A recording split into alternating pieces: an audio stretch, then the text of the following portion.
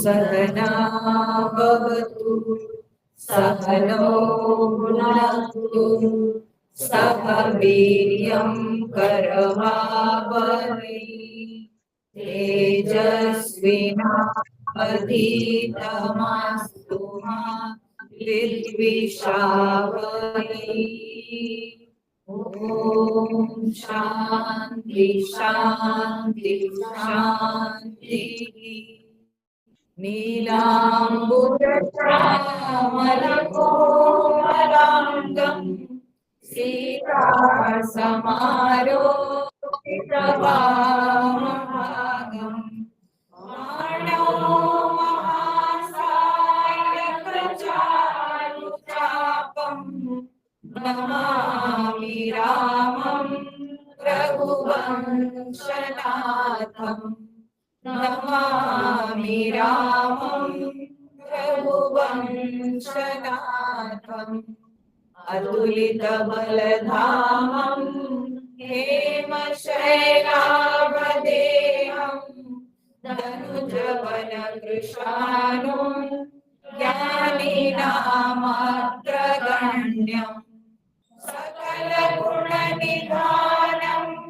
वानराणामधीशं रघुपतिप्रियभक्तं वातजातं नमामि रघुपतिप्रियभक्तं वातजातं नमामि।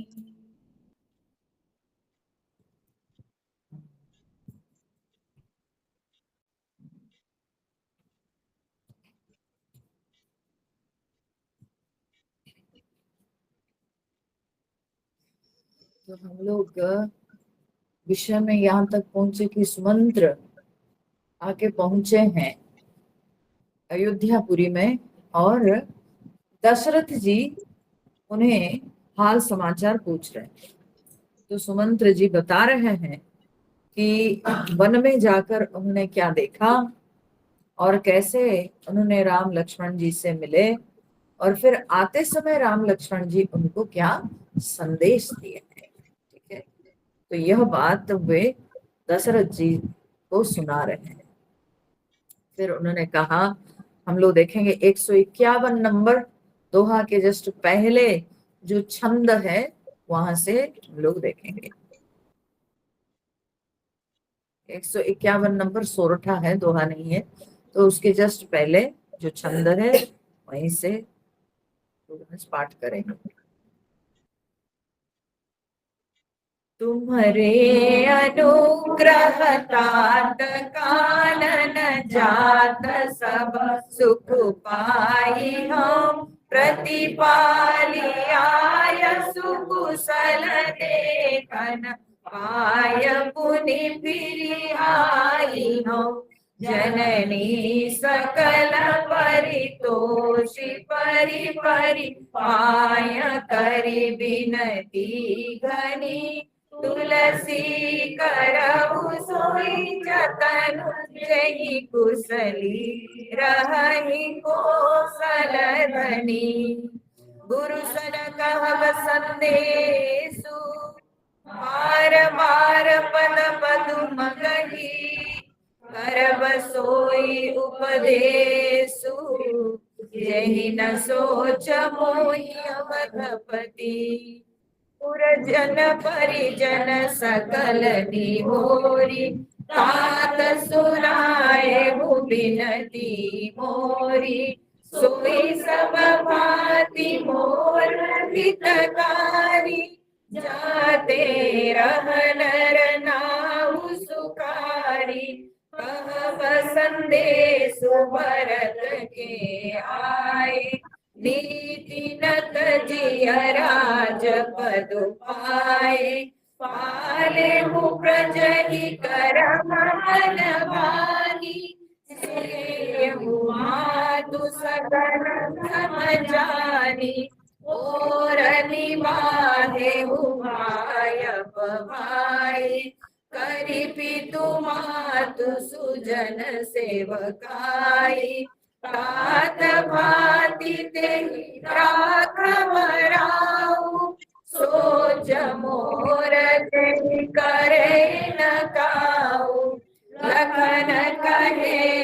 कछु वचन कठोरा, भरजी राम पुनि मोहि घोरा। बार बार निज शपथ निभाई, कह बिन तात लखन हरिकाई।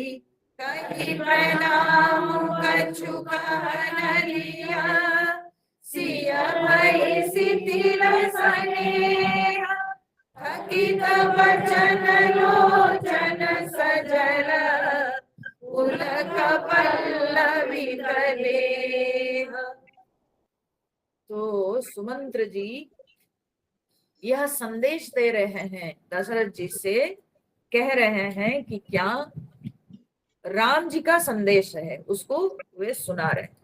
बोलते हैं, राम जी कह रहे हैं, तुम्हारे अनुग्रह तात कानन जात सब सुख पाई हूं।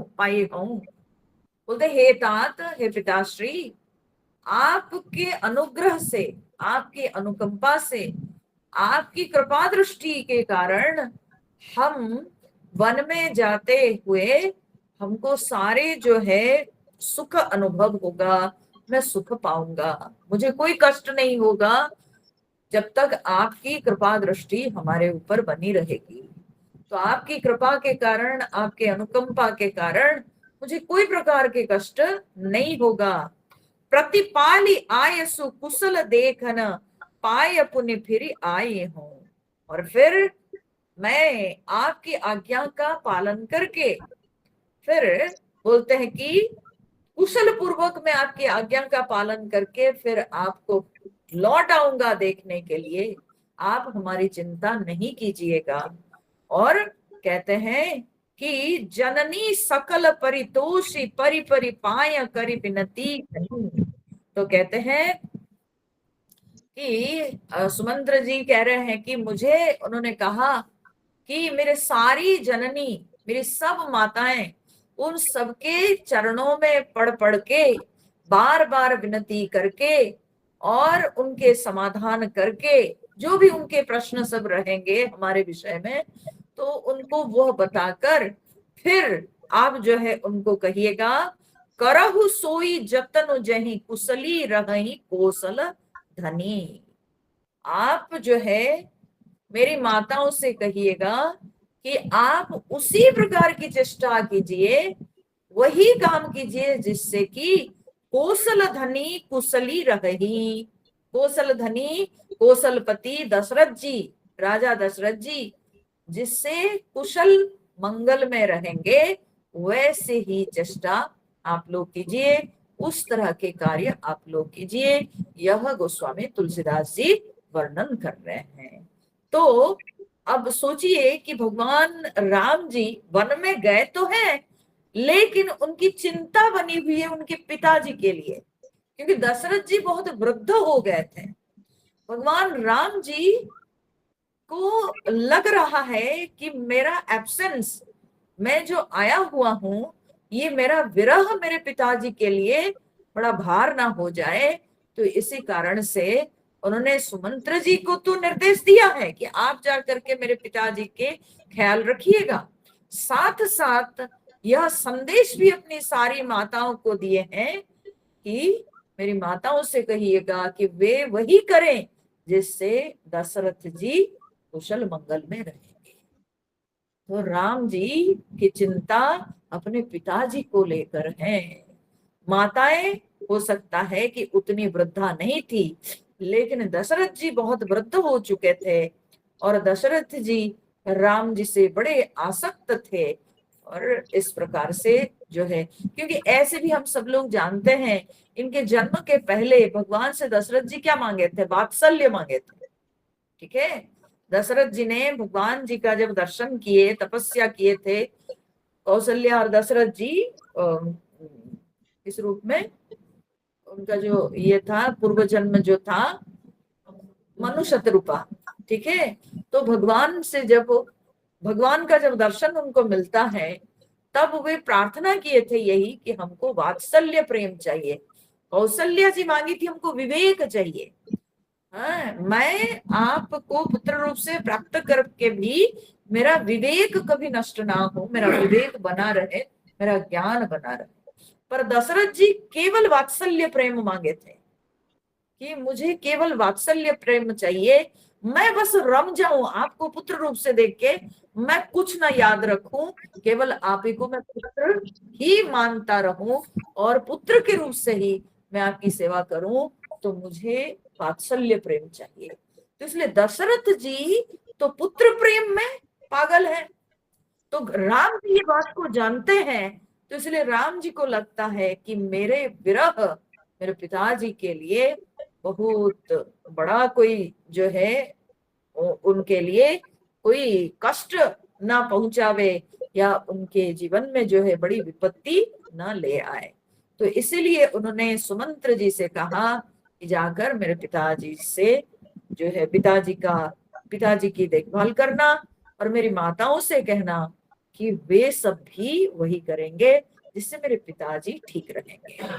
ठीक है, इस प्रकार से राम जी सुमंत्र जी को संदेश दिए हैं और सुमंत्र जी ये सारी बातें दशरथ जी को सुना रहे हैं। फिर कहते हैं गुरसन कहव संदेशु बार बार पद पदुम गही।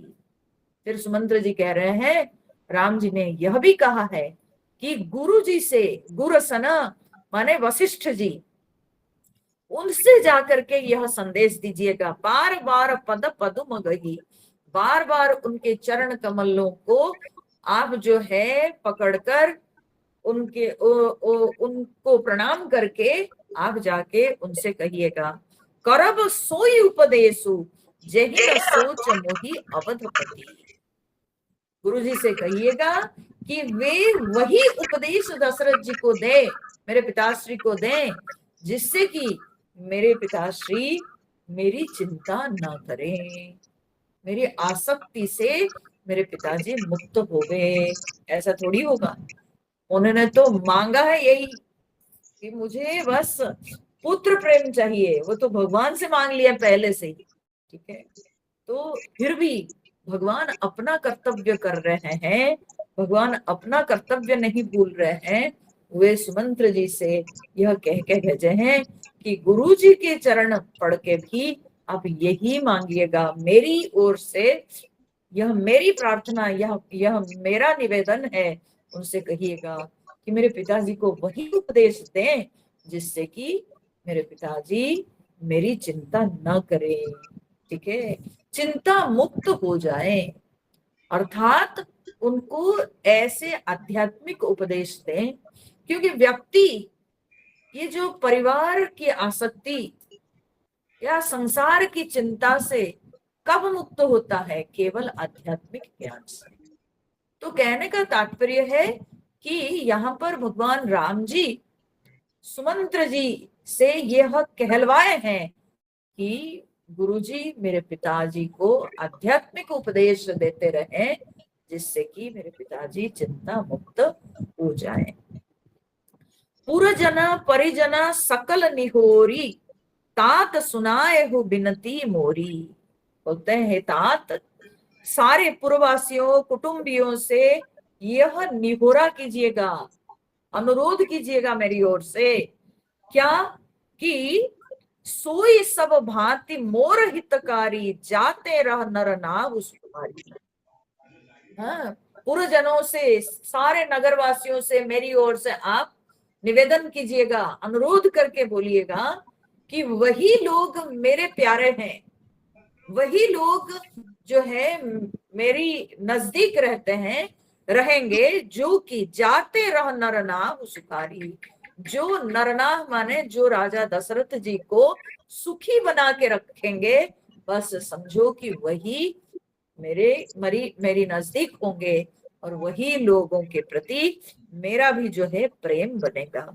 कहब संदेश भरत के आए नीति न तजिय राज पदु पाए। अब भगवान जो है भरत जी के लिए संदेश भेज रहे हैं। एक एक करके सोचिए।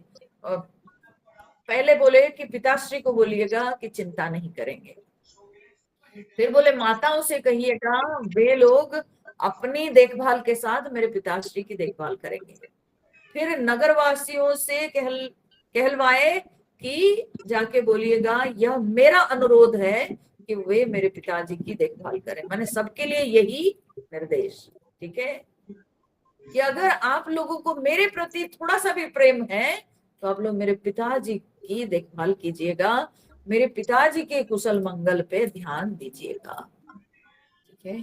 ऐसा पुत्र दुनिया में देखने को मिलता है? बिल्कुल नहीं। राम जी जैसे पुत्र, उनका एक ही लक्ष्य कि हर प्रकार से मेरे पिताजी ठीक रहे, ठीक है। तो ऐसे कहने के बाद अब भरत जी के लिए संदेश भगवान भेजे। क्या बोले? बोलते जा करके भरत जी को यह मेरा संदेश दीजिएगा, और भरत के आए, भरत तो है नहीं, भरत के आने पर उनको मेरा यह संदेश दीजिएगा, नीति न तजिय राज पदु पाए, ठीक है। राजपद प्राप्त करने के बाद वो कभी नीति को ना छोड़ें, ठीक है। क्या होता है कि कई बार हम लोग जब पद पदवी में प्रतिष्ठित हो जाते हैं, तब हम पहले जिन नीतियों को सम्मान करते आए थे, जिन नीतियों की चर्चा पहले हम करते आए थे, उन नीतियों को हम स्वयं खो देते हैं, हम स्वयं भूल जाते हैं। तो इसलिए भगवान राम जी यहाँ पर स्पष्ट रूप से यह संदेश दे भेजे हैं कि जब उनको राजपद मिल जाएगा, ठीक है, जब राज सिंहासन पर प्रतिष्ठित हो जाएंगे, तो वे अपनी नीति को भूलेंगे नहीं। और सबसे बड़ी नीति उनके लिए क्या है? राजा होने के नाते प्रजाओं को तो पिता के समान पालन करेंगे, और अपने पिता के प्रति उनका जो पुत्र का कर्तव्य है उसको भी नहीं भूलेंगे, ठीक है।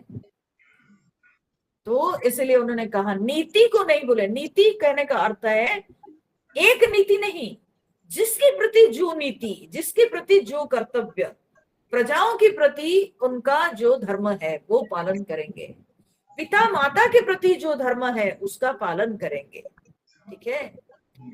बूढ़े बुजुर्गों के प्रति जो धर्म है वो करेंगे, गुरु के प्रति जो धर्म है वो करेंगे। तो नीति कहने का, नीति शब्द के द्वारा भगवान राम जी भरत जी के लिए यह संदेश दिए कि धर्म का पालन करना, हर प्रकार से धर्म मार्ग को अपनाना, धर्म का पालन करना, जहां जैसा तुम्हारा कर्तव्य, कहाँ पिता का कर्तव्य तुमको करना है, कहीं पुत्र का कर्तव्य तुमको पालन करना है, ठीक है, कहीं भ्राता का कर्तव्य पालन करना है। तो इस प्रकार से जहां जिस तरह का कर्तव्य है उस कर्तव्य को सुचारू रूप से पालन करना, यही धर्म है, यही नीति कहती है। तो इस प्रकार से उन्होंने कहा नीति न तजिय राज पदु पाए, पालेहु प्रजहि कर्म मन बानी। बोले मन से, कर्म से, वाणी से प्रजाओं को जो है पालन करेंगे। से येहु मातु सकल सम जानी, और फिर सारी माताओं को समान समझकर सेवा करेंगे, ठीक है, सब माताओं को समान समझकर। भगवान ये जो है ना, एक गोस्वामी जी एक्चुअली यहाँ पर संक्षेप में लिख दिए हैं, पर वाल्मीकि जी तो स्पष्टतया लिखे हैं। वाल्मीकि जी बहुत स्पष्ट रूप से लिखे हैं वाल्मीकि रामायण में। उन्होंने लिखा कि सुमंत्र जी आप जाकर के यह बताइएगा, क्या क्या बताइएगा?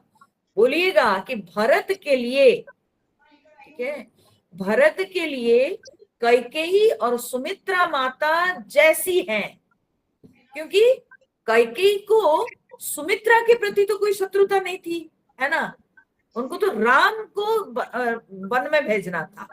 कहीं भरत के मन में कभी यह ना आ जाए कि भाई मेरी माँ तो मुझे प्यारी है, और साथ साथ मेरी माँ की जिसके प्रति अच्छी भावना है मैं बस उसी की सेवा करूं, कहीं ऐसी भावना कभी ना आ जाए। यद्यपि भरत जी के मन में यह संभव ही नहीं था आना, लेकिन फिर भी वाल्मीकि जी ने लिखा है कि राम जी बोलते हैं कि जैसे अपनी माता कैकेयी और सुमित्रा माता के प्रति तुम्हारी भावना है, वैसे ही तुम कौशल्या माता के प्रति भी बर्ताव करना,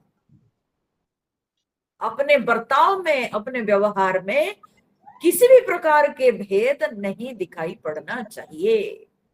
ठीक है, सब माताओं को समान मानकर, क्योंकि ये चारों भाई एक साथ बड़े हुए हैं, तो भले कोई माँ के वे संतान हुए हैं, लेकिन पालन पोषण में तीन माताएं समान रोल प्ले की है इन लोगों को बड़ा करने में।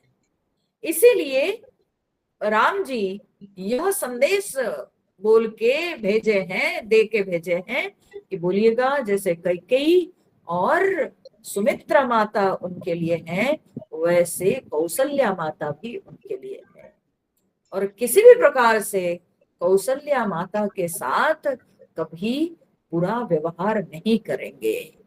फिर उसके बाद भगवान कहते हैं कि अगर कैकेयी के व्यवहार के कारण भरत कैकेयी जी को ग्रहण ना करे, अपनी माता कैकेयी को ग्रहण ना करें, तो भगवान उसके लिए भी बोले हैं कि तुम जैसे कौशल्या और सुमित्रा माता को सम्मान करते हो, वैसे माता कैकेयी का भी सम्मान करना, उनको भी वैसे ही ग्रहण करना। समझ गए?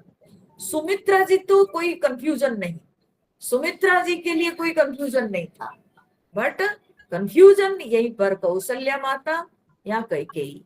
ठीक है, तो भगवान दोनों के लिए संदेश दिए हैं कि जैसे तुम अन्य दो माताओं को देखते हो, वैसे ही कौशल्या जी को देखना या अपनी माता कैकेयी जी को देखना। ठीक है, सब माताओं को समान रूप से देखकर सेवा करना। और निबाहेहु भायप भाई करि पितु मातु सुजन सेवकाई। और हे भाई, बोलते हैं निबाहेहु भायप, भायप माने भाईपना। ठीक है, भाईपना निर्वाह करना। ठीक है, करि पितु मातु सुजन सेवकाई, पिता माता स्वजनों की सेवा करते हुए तुम भाईपना निभाना। तो भाईपना, भरत जी के पास शत्रुघ्न है। ठीक है, पहली बात है भरत जी के पास शत्रुघ्न है, तो इसलिए शत्रुघ्न के प्रति भाईपना, शत्रुघ्न को प्यार देना, ये पहली बात है। दूसरी बात भगवान यह भी यहाँ पर कहना चाहते हैं कि मेरे साथ लक्ष्मण आया है, कहीं लक्ष्मण मेरे साथ आया है बोल के मेरी सेवा के लिए उसके प्रति शत्रुता नहीं आनी चाहिए। ये हो गई बात। तीसरी बात अपनी बात। ठीक है, जो घर में हुआ है उन सारी बातों को मन में नहीं ले लेना, और उसके चलते भाईपना कभी खोना नहीं चाहिए। हम लोग जैसे पहले प्रेम भाव से साथ में रहते थे, वैसे आगे भी मिलेंगे और उसी तरह से हम लोग आगे रहेंगे। भाईपना हमारे बीच में जो है खोना नहीं चाहिए। ठीक है, तो माता पिता स्वजन सभी की सेवा करते हुए भाईपना को याद रखना, भाईपना का निवाह करना। ठीक है, सबसे पहले जो तुम्हारे पास छोटा भाई शत्रुघ्न है उसका ख्याल रखना। उसके बाद लक्ष्मण जो कि मेरी सेवा में आया है उसके प्रति कोई दुर्भावना नहीं रखना। और अंत में मैं तुमको जैसे प्रेम करता था पहले, आज भी मैं राज्य छोड़ के आके भी वैसा ही प्रेम भाव रखता हूं, इसलिए तुम मेरे प्रति भी भाईपना को वैसे ही बरकरार रखना, कभी भाईपना को खोना नहीं। तात भांति तेहि राखब राऊ, सोच मोर जही करे न काऊ। तो कहते हैं कि हे तात, पिताजी को ठीक उसी प्रकार से रखना जैसे कि सोच मोर जही करे न काऊ, जिससे कि वे किसी भी तरह से कभी भी वे जो है मुझे याद नहीं करेंगे या मुझे लेकर के शोक नहीं करेंगे। ठीक है, ऐसे आप उनको रखना कि जिससे कि उनको कभी मुझे लेकर के शोक ना हो। ठीक है, ऐसे आप उनका ख्याल रखिएगा। लखन कहे कछु बच्चन कठोरा। अब ध्यान देना, ये बात को याद कीजिए, जब सुमंत्र जी आ रहे थे तब भगवान निवेदन किए थे ना, ये बात बिल्कुल नहीं बोलिएगा।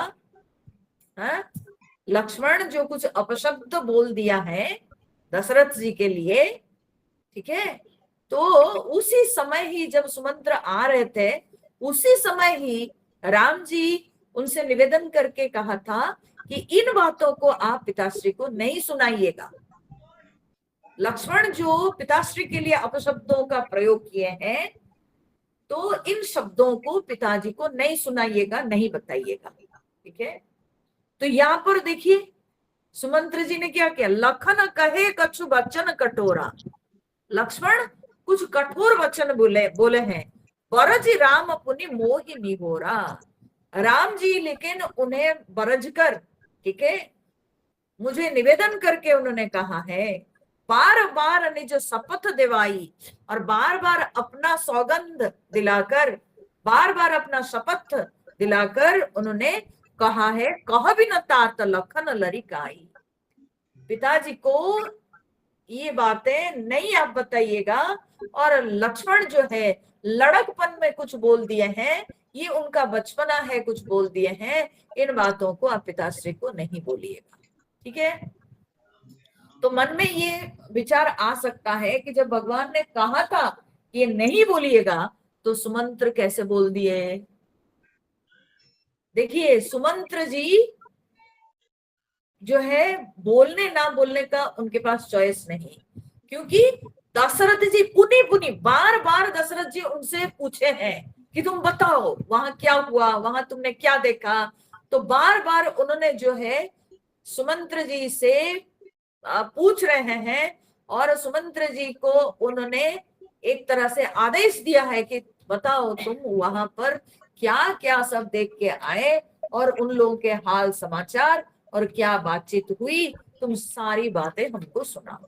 तो जब राजा का निर्देश हो गया, तो सेवक होने के नाते, सुमंत्र जी सेवक होने के नाते अब राजा के आदेश को उनको पालन करना था। ये पहली बात है। दूसरी बात यह है कि उन्होंने क्या कहा, बोले लखन कहे कछु वचन कठोरा। लक्ष्मण कुछ कठोर वचन बोले हैं। उन्होंने नाम तो नहीं दिया कि किसके लिए कठोर वचन बोले हैं। उन्होंने कहीं यह तो नहीं कहा कि महाराज आपके लिए लक्ष्मण कुछ कठोर वचन बोले हैं, उन्होंने ये तो नहीं कहा। उन्होंने कहा लक्ष्मण कुछ कठोर वचन बोले हैं। तो इससे क्या सूचित होगा, हो सकता है कैकेयी के लिए हो, है ना। कैकेयी ने जो गलत काम किया उसके चलते हो सकता है कि लक्ष्मण जो है कुछ कठोर वचन बोले हो।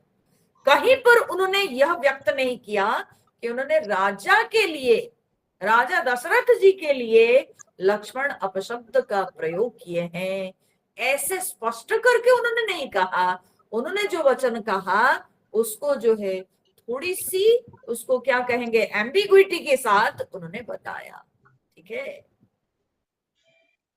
वो बात सत्य भी उन्होंने कहा लेकिन स्पष्ट नहीं, अस्पष्ट सत्य उन्होंने कहा, ठीक है। कुछ लक्ष्मण कठोर वचन बोले, लेकिन राम जी ने मना किया है, शपथ दिलाकर बोले हैं कि यह नहीं बताने के लिए। तो महाराज आगे और पूछेंगे नहीं, बोलेंगे शपथ दिलाया है, जब मैं पूछूंगा तो उसकी हानि होगी। तो बोले कि कुछ कठोर वचन लक्ष्मण बोले थे, लेकिन उन्होंने सौगंध दिलाकर कहा है नहीं बताने के लिए। तो दशरथ जी सुने, चुप हो गए, बोले ठीक है ठीक है ठीक है, बताने की जरूरत नहीं। हाँ लक्ष्मण तो ऐसे ही, हाँ है ही थोड़ा, हाँ गुस्सेल, तो कुछ बोल दिया होगा। तो इसलिए दशरथ जी चुपचाप सुने और आगे कुछ पूछे भी नहीं उसके ऊपर। कही प्रणाम कछु कह न लिय, सिय भई शिथिल स्नेह, थकित वचन लोचन सजल, पुलक पल्लवित दे। और फिर सुमंत्र जी कह रहे हैं आते समय सीता जी, अब एक एक का देखिए हाल समाचार बता रहे हैं। राम जी ने क्या संदेश दिया वो बोले, लक्ष्मण का क्या था व्यवहार वो भी उन्होंने इनडायरेक्टली अस्पष्ट सत्य करके बोल दिए कि लक्ष्मण खिन्न थे, ठीक है, लक्ष्मण खिन्न थे और उन्होंने कुछ कठोर वचन कहा, लेकिन राम जी ने मना किया है, शपथ दिलाकर बोले हैं नहीं बताने। हो गया। अब सीता जी की बात आई, तो बोले कि सीता जी आते समय जो है प्रणाम कर, कही प्रणाम कछु कह न लिय, सिय भई शिथिल स्नेह।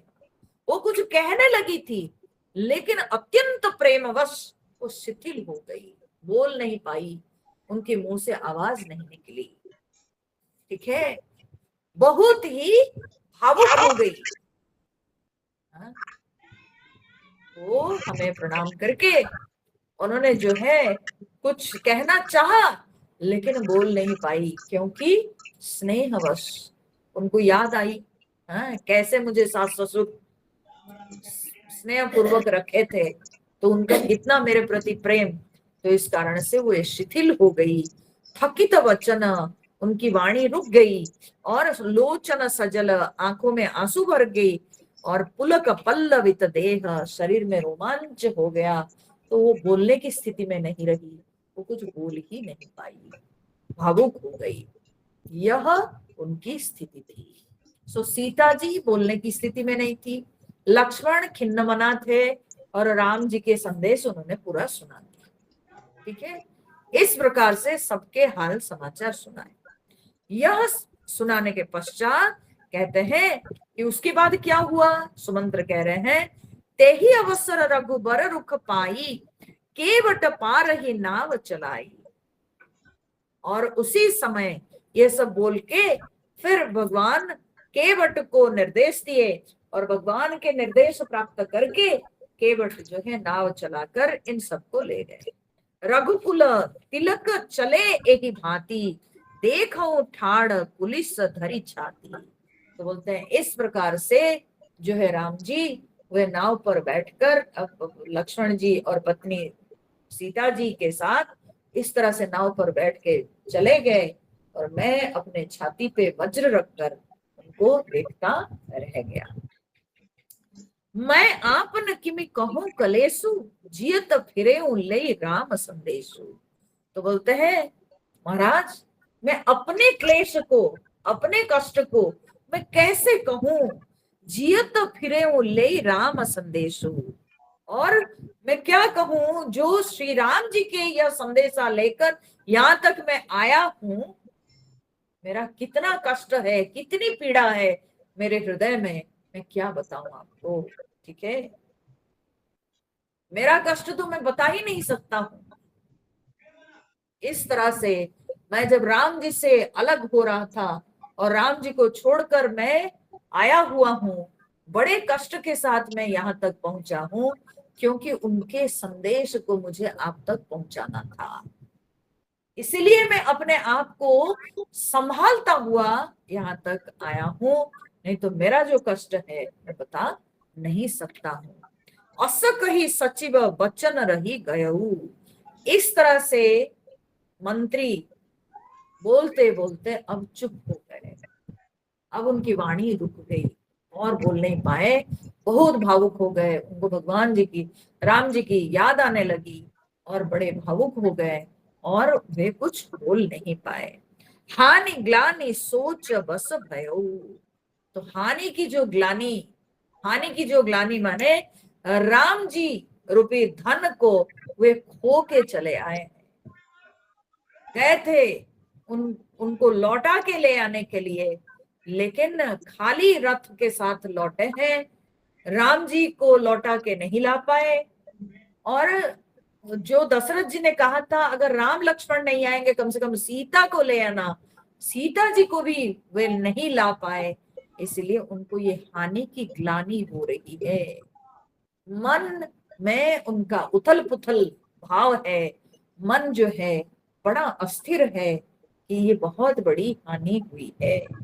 और फिर बड़े सोच बस भयो, बहुत ही सोच के वश में वे हो गए, चिंता में पड़ गए, क्या करें क्या ना करें, कुछ सूझ नहीं रहा था। ठीक है, सबके सब भगवान के विरह में, राम जी के विरह में सबके सब दुखी हो गए थे। सूत बचन सुनत ही नर नाहु, परे धरनी उर दारुन दाहु। बस जैसे ही सुमंत्र अपने संदेश देकर अपने वाणी को विराम दिए, सुमंत्र जी जैसे चुप हो गए, बस उनके वचन सुन करके दशरथ जी परे धरनी, धरती पर गिर पड़े। ठीक है, ये दारुण वचन को सुनकर मतलब एकदम स्पष्ट हो गया कि राम जी अब लौटने वाले नहीं हैं। सारी बातों को जब सुन लिए, उनको लग रहा था कहीं पीछे अगर आ रहे होंगे या हो सकता है कम दिनों में लौट आएंगे, लेकिन जब सारी बातों को वे सुन लिए, अब लगा कि राम जी लौटेंगे नहीं। तो धरती पर गिर गए, गिर पड़े। उर दारुण दाहु, उनके हृदय में भयानक जलन होने लगा, भयानक कष्ट उनको अनुभव होने लगा। तलफत विषम मोह मन मापा, तो कहते हैं तलफत, तड़पने लगे, ठीक है, तड़पने लगे। और विषम मोह मन मापा, उनको जो है माने भयानक मोह उनके मन को माप लिया, मन को नाप लिया, मन मापा, ठीक है। मतलब क्या ना, ये जो विषम भाव, ये जो विषाद उनके मन में छा गया, ठीक है। मन मापा, मन को व्यस्त कर दिया, मन को व्याकुल कर दिया, मन में छा गया ये विषाद भाव। माजा मन हूं मीन कहूं व्यापा, बोलते हैं कि जैसे कि माजा मीन कहूं व्यापा, तो बोलते हैं जैसे कि मीन माने मछली को, जिस तरह मछली क्या होता है एक्चुअली, माजा, माजा कहा जाता है किसको ना, पहली बारिश जब होती है तो नदी तालाब में कुछ फेन सब जो है दिखाई पड़ते हैं, ठीक है। वो जो फेन होता है वो असलियत में पानी में जो है विषाक्त जो वस्तु है या जो विषैला चीज है वही फेन रूप में दिखता है, पर ये मछली नहीं समझता है और उस फेन को जो है वो खा लेता है, ठीक है। तो उससे मछली तड़पता है, मछली मर भी जाते हैं उस समय। पहली बारिश जब होती है उसमें जो नदी तालाब में जो फेन उठता है वो फेन को खा लेने से मछलियां मर जाती है या बेहोश हो जाती है, ठीक है। तो उसी को माजा कहते हैं, उस फेन को माजा कहते हैं।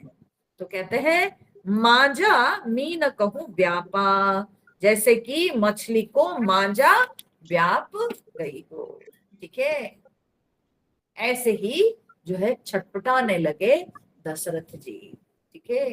गांव घर में भी आप देखे होंगे, अगर आपको कभी ध्यान होगा तो नई नई जब फर्स्ट बारिश होती है तो उसमें उसके चलते कई मछलियां जो है वो ये ऊपर आ जाती है, करती है, क्योंकि वो बेहोश हो जाती है असलियत में। इस मांझा को खा लेने के कारण वो बेहोश हो जाती है, ठीक है। तो कहते हैं उसी तरह से छटपटाने लगे दशरथ जी भूमि पर गिरकर।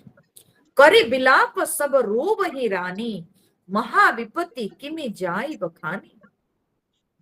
अब जो है बोलते हैं कि वे तो विलाप करने लगे, सब रानियां विलाप करने लगी, ठीक है। ये बात को सुनकर के माने सुमंत्र जी की बातों को सुनकर के सारी रानियां जो थी वे सब विलाप करके रोने लगी, चीख चीख कर, चिल्ला चिल्ला कर, ठीक है, वो रोने लग गई, ठीक है। क्रंदन से अब अंतःपुर जो है अब आवाज करने लगा, ठीक है।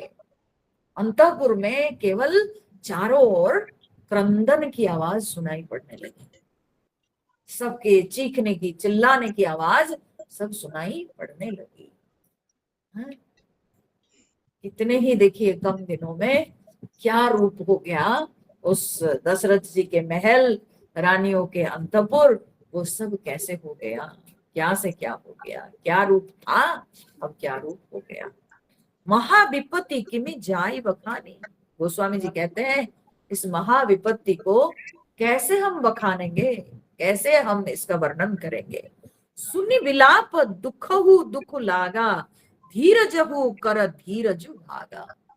तो बोलते हैं ये रानियों के विलाप, हाँ, ये रानियां जब छाती पीट पीट कर रोने लगी, विलाप करने लगी, तो कहते हैं कि उनके विलाप को सुनकर दुख को भी दुख लगा।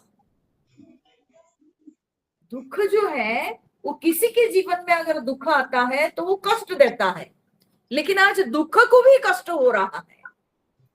ठीक है, दुख को दुख लगने लगा, धीरज हो कर धीरज भागा, और धीरज का भी धीरज भाग गया, धैर्य का धैर्य भाग गया। ठीक है, धैर्य के अंदर धीरता रही नहीं। ठीक है, इतना दारुण दुख आ पड़ा। मैं बोली ना, पिछले सत्संग में बोली थी ना, राम जी के वनवास जाना। ठीक है, 14 साल राम जी 14 साल के लिए वनवास गए, पर बात ऐसी है कि 14 साल के बाद लौटेंगे कि नहीं, क्या होगा, ये सब अनिश्चित हो जाता है। भले भगवान राम जी यह संदेश भेजे हैं कि मैं लौटूंगा, पर उस बिहड़ वन में, उस गहन वन में, जहां असुरों का आवागमन है, तो ऐसे असुरों से परिपूर्ण ऐसे वन में भयंकर जंतु सब, प्राणी सब जहां रहते हैं, ऐसे स्थान से लौट आना भी कोई आसान बात तो है नहीं। तो इसलिए राम जी का आना अब सबके लिए ऐसा लगता है अनिश्चित जैसे। ठीक है, तो इसलिए सब विलाप करके रोने लगी, और उस क्रंदन से महल एकदम दुख के महल में दुख की छाया पूरा दिखाई पड़ी। और उस परिस्थिति में गोस्वामी तुलसीदास जी कहते हैं, मैं कैसे वर्णन करूं कि वहां उस समय का दृश्य क्या था। यूं समझ लीजिए, दुख को भी दुख होने लगा, धैर्य का भी धैर्य टूटने लगा। ठीक है, भय, देखो ये क्या है ना, फिर राम जी को जो खोए, देखो कोई व्यक्ति धन खोता है तो उसको फिर वो मेहनत करेगा तो उसको धन मिल जाएगा। ठीक है ना, कोई व्यक्ति की अगर कोई छोटी मोटी वस्तु खो जाती है तो वो फिर प्राप्त कर लेगा, लेकिन राम जी को खोना ये तो परम हानि है। ये साधारण हानि तो नहीं है, ये छोटी मोटी हानि तो नहीं है। ठीक है, ये परम हानि है। ठीक है, धन हानि हो तो छोटी मोटी बात है। ठीक है, अगर व्यक्ति के घर चला जाए वो भी छोटी मोटी बात है, फिर घर बना लेगा, लेकिन राम जी को खोना ये तो परम हानि है। ठीक है, ये तो परम हानि है। तो इसीलिए आज पूरे महल में दुख की छाया पूरी तरह से जो है व्याप्त हो गई। और भयउ कोलाहलो अवध अति, सुनि नृप राउर सोरू। बोले कि सुनि नृप राउर सोरू, राजा के राउर मतलब रावले, रनिवास। ठीक है, राजा के रनिवास में शोर को सुनकर सब रानियां रो रही है, सब लोग रो रहे हैं, दास दासियां रो रहे हैं। तो वो जो इतनी जोर से शोर हुई, तो बोलते हैं भयो कोलाहलो अवध अति, पूरे अयोध्या नगर में कोहराम मच गया, कोलाहल होने लगा। रात के समय या आधी रात के समय, याद रखना, क्योंकि रात के समय ही सुमंत्र अयोध्यापुरी में घुसे थे। तो ये आधी रात के समय जब महल से ऐसी आवाज आई तो पूरी अयोध्यापुरी में कोलाहल मच गया। ठीक है, सब लोग जो सोए हुए थे सब उठ गए, ईरानियों के विलाप सुन करके सब लोग उठ गए। अब पूरी अयोध्यापुरी में सब लोग अब जो है चिंता करने लगे। विपुल विहग वन परे निसी, मानहु कुलिस कठोरू। तो कहते हैं ऐसे लग रहा था जैसे कि पक्षियों के विशाल वन में रात के समय निशी, मानहु कुलिस कठोरू, रात के समय कठोर वज्र गिर गया। रात के समय, क्योंकि रात के समय ही सुमंत्र आए हुए हैं। ठीक है, ये सुमंत्र का जो संदेशा है ये वज्र के समान हो गया, और पक्षियों का निवास पुरजन सब जो नगरवासी ये सब चुपचाप सोए हुए थे। जैसे रात के समय पक्षी सब जो है अपने अपने घोंसले में सब सोए रहते हैं।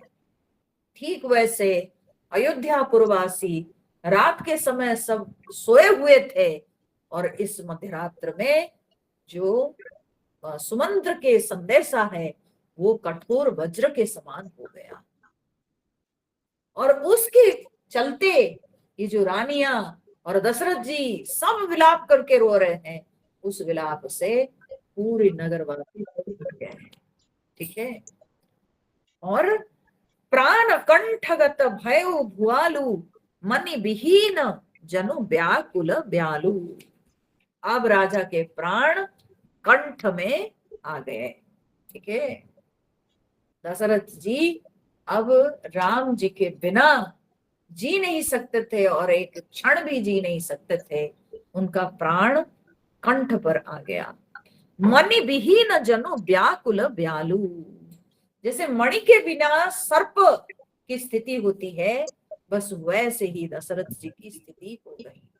छटपटाने लगे एकदम, जो है उनके माने उनका संतुलन नहीं रहा।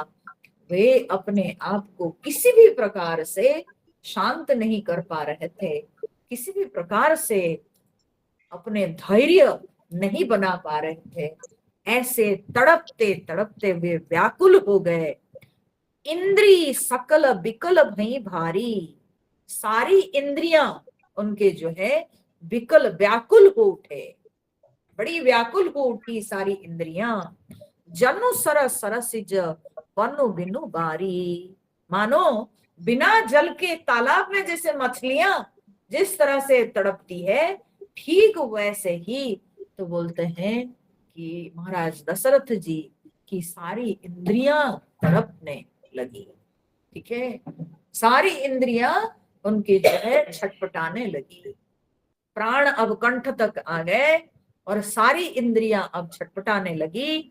कौसल्या नृप दीख मलाना रविकुल रवि अंथ यऊ जिय जाना। ठीक है। अब कौशल्या जी जब राजा को मलाना माने म्लान देखे, दुखी देखे, दुखी देखी। ठीक है। महाराज जी को जब इतने दुखी, इतने पीड़ित उन्होंने देखा, तब वे समझ गई रवि कुल रवि अंथ यऊ माने अस्त। अब इस भानुकुल के सूर्य अब अस्त होने के ऊपर है। जी में माने जी जाना माने अपने हृदय में, अपने मन में वो समझ ली कि अब तो महाराज बचेंगे नहीं। अब लगता है कि ये जो रघुवंश के सूर्य ये अब अस्त होने वाला है। तो जब कौशल्या जी यह बात को समझ पाई तो क्या करी ना, उरधरी धीर राम महतारी। राम जी की माता अपने हृदय में धैर्य धारण करके, बहुत उस समय जो है बातें करना ये बहुत कठिन बात है, लेकिन धैर्य धारण करके कौशल्या जी बोली वचन समय अनुसारी। समय अनुसार माने समय अनुरूप कौशल्या जी वचन बोली। ठीक है। समय अनुरूप जो उस समय बोलना चाहिए वैसे ही वो यह वचन बोली। क्या बोली? समझाई, महाराज को वो समझाई। तो क्या समझाई? नाथ समुझी मन करिय विचारू राम वियोग पयोधि अपारू। हे नाथ, समुझी मन, आप मन में समझ कर करिय विचारू, आप यह विचार कीजिए। ठीक है। महाराज जी को अब जो है वो अपने विवेकपूर्ण वचन से, महाराज जी के उस समय कर्तव्य क्या है, महाराज जी को क्या करना चाहिए, क्योंकि आखिर राजा के ऊपर निर्भर करता है जो है संपूर्ण राज्य। सारे राज्यवासी के लिए राजा जो है उनके लिए आदर्श है। तो इसीलिए कौशल्या जी दशरथ जी को समझा रही है। बोलती है महाराज, मन में मेरी, मैं जो बोलने जा रही हूँ, मैं जो बोल रही हूँ, उस बात को आप मन में धारण करके उसके ऊपर विचार कीजिए कि राम वियोग पयोधि अपारू। निस्संदेह राम जी से विरह, राम जी का जो विरह है वो विराट समुद्र के समान है, अपार समुद्र के समान है। ये राम के विरह रूपी समुद्र को पार करना अभी हमारे लिए बहुत कठिन होगा। एक दिन की बात नहीं, 14 साल तक इतना लंबा समय राम से अलग हम रहेंगे, तो ये हमारे लिए बहुत कठिन बात हो जाएगी। तो इसलिए अपार समुद्र, ठीक है, तो ऐसे ही राम का विरह है। और उसमें कर्णधार तुम अवध जहाजू, और अयोध्यापुरी जहाज के समान है, और उस जहाज के कर्णधार आप हैं। ये राम से वियोग होना, राम के जो विरह है, ये अभी जो आफत, ये जो कष्ट आ पड़ा है, ये अपार समुद्र के समान है। पर इस समुद्र में अयोध्यापुरी नाव है, और उस नाव के चालक कर्णधार आप हैं। आपको अयोध्यापुरी को उठाना है, क्योंकि पूरी अवधपुरी आप ही के ऊपर निर्भर करती है। अयोध्या के पुरवासी सब आप ही को देखेंगे, सब आप ही के धैर्य से वे भी अपने धैर्य धारण कर पाएंगे।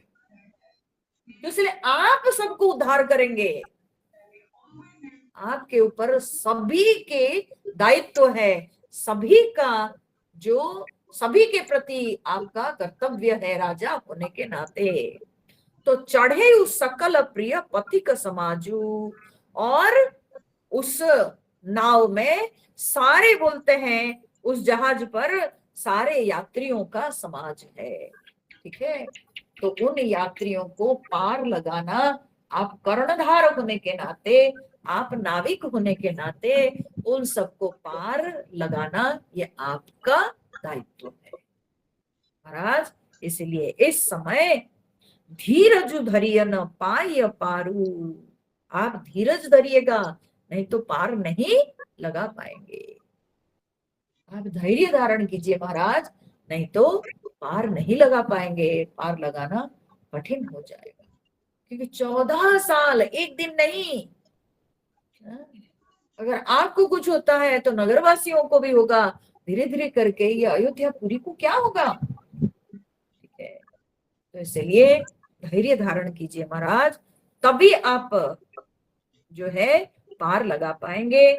ना ही तो बूढ़ी ही सबू परिवारू, नहीं तो सारा परिवार डूब मरेंगे, ठीक है, समस्त परिवार डूब मरेंगे। जो जिया धरिय विनय पिय मोरी, राम लखन सिय मिलई बहोरी। अगर आप धैर्य धारण कीजिएगा, हे प्रिय स्वामी, आप अगर धैर्य धारण कीजिएगा तो निश्चित रूप से फिर से आप राम लक्ष्मण और सीता को देख पाइएगा। इस समय अगर आप धैर्य नहीं धारण कीजिएगा तब तो जो है राम लक्ष्मण सीता जी से भेंट होना मुश्किल हो जाएगा।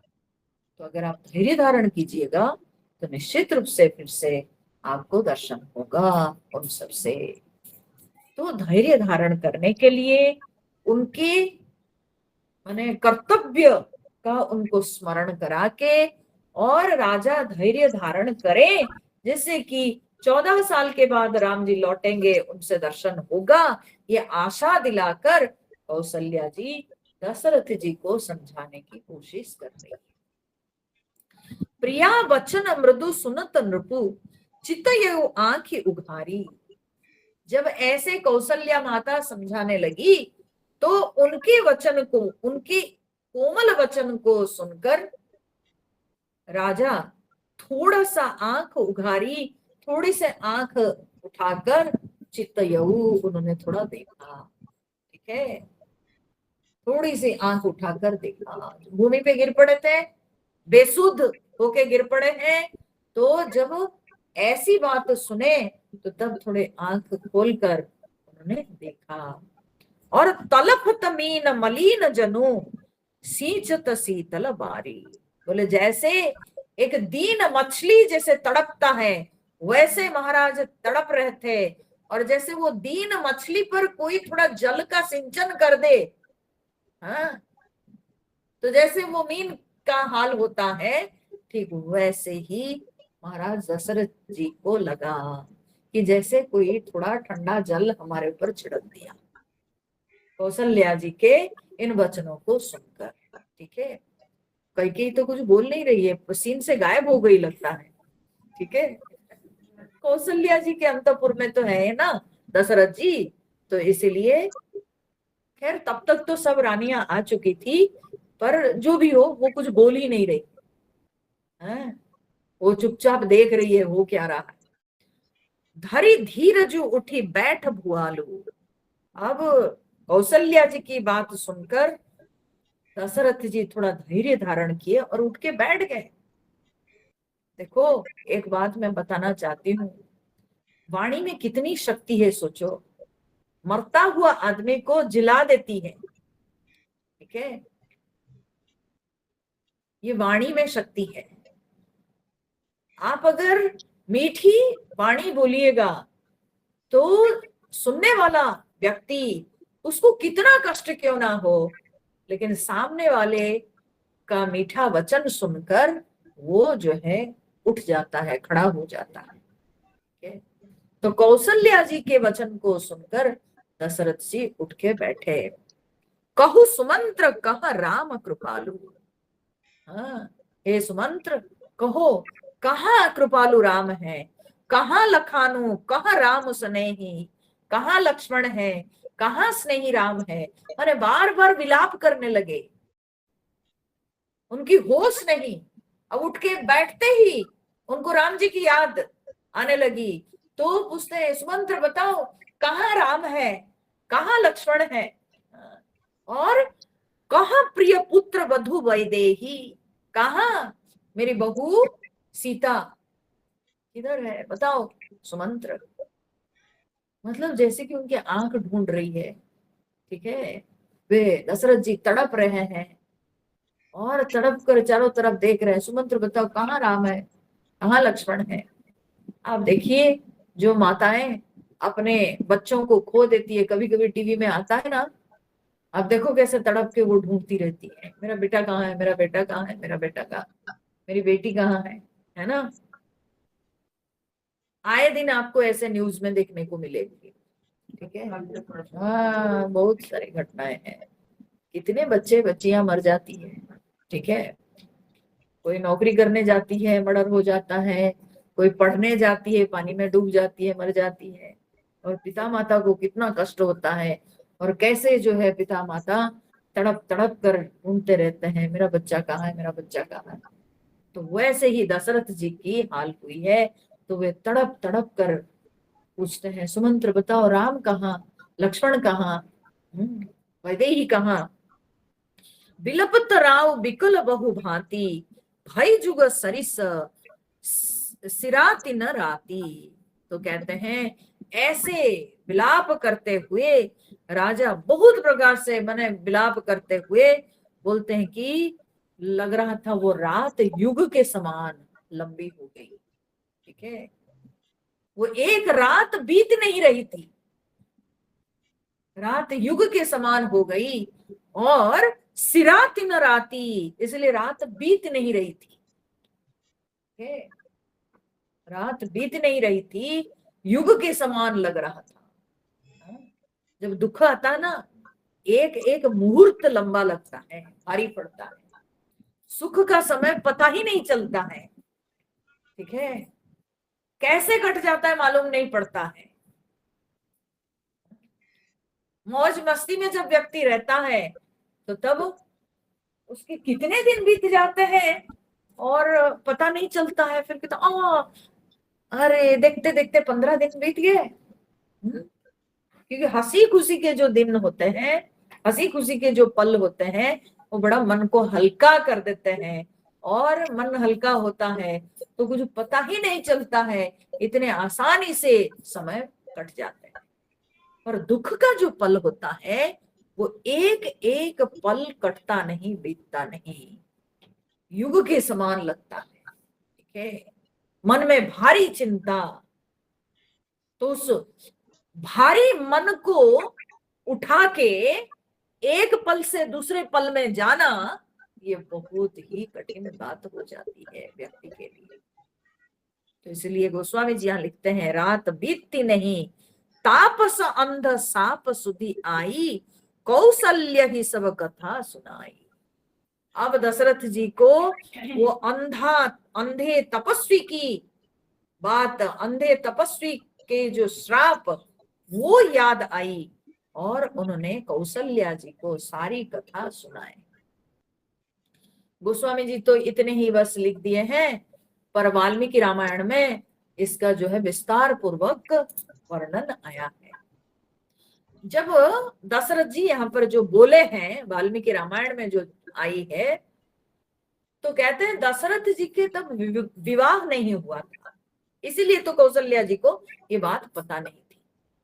तब वे राजकुमार थे, कुमार अवस्था में थे। तो एक बार संध्या होने के बाद, ठीक है, सूर्यास्त के बाद दशरथ जी के मन में आई ये बात कि मैं जाता हूं, हाँ, सरयू के तट पर जो जल पीने के लिए कभी कभार जंतु आते हैं, तो मैं उनका शिकार करूंगा अंधेरे में। ठीक है, क्यों? क्योंकि उससे मेरी प्रसिद्धि हो जाएगी कि मैं कुमार शब्दवेधी बाण चला सकते हैं। ठीक है, हाँ, मैं बस शब्द को सुन करके मैं बाण चला सकता हूं, ऐसी मेरी प्रसिद्धि हो जाएगी। मन में यह भाव लेकर के वे सरयू के तट पे चले गए, और रथ पर जब रथ को रोककर बैठे हुए चुपचाप, तब उनको, वे तो सोचे थे कि कोई हरिणी, कोई ऐसे जो है जंतु, भैंसा, हरिणी, कोई ऐसे मिल जाएंगे। तो उनको अचानक से सुनाई पड़ा कुछ शब्द, उनको लगा जैसे कि हाथी आया। ठीक है, तो तब उन्होंने क्या किया, ना बाण चलाया उसी ओर जिस ओर से उनको शब्द सुनाई पड़ रहा था, तो उन्होंने बाण चलाया। और हाथी सोच करके उन्होंने, हाथी सोचे कि हाथी जल पीने आया। और उस समय दशरथ जी को लगा कि अरे इतना बड़ा जंतु आया है, तो चलो आज मैं अपने बाण से उसको गिराऊंगा और देखता हूं, हाँ, मैं अंधेरे में भी बाण चला सकता हूं। तो उन्होंने बाण चलाया। जब बाण चलाए तो कुछ देर के पश्चात उनको तो अद्भुत आवाज सुनाई पड़ी कि ओहो, कोई मेरे ऊपर कैसे बाण चला सकता है, मनुष्य की आवाज उनको सुनाई पड़ी। क्रंदन करता हुआ बड़ी पीड़ा में कोई बोलने लगा कि कोई मेरे ऊपर कैसे बाण चला सकता है, मैं तो एक तपस्वी हूं, मैं तो एक जो है क्या बोलते हैं,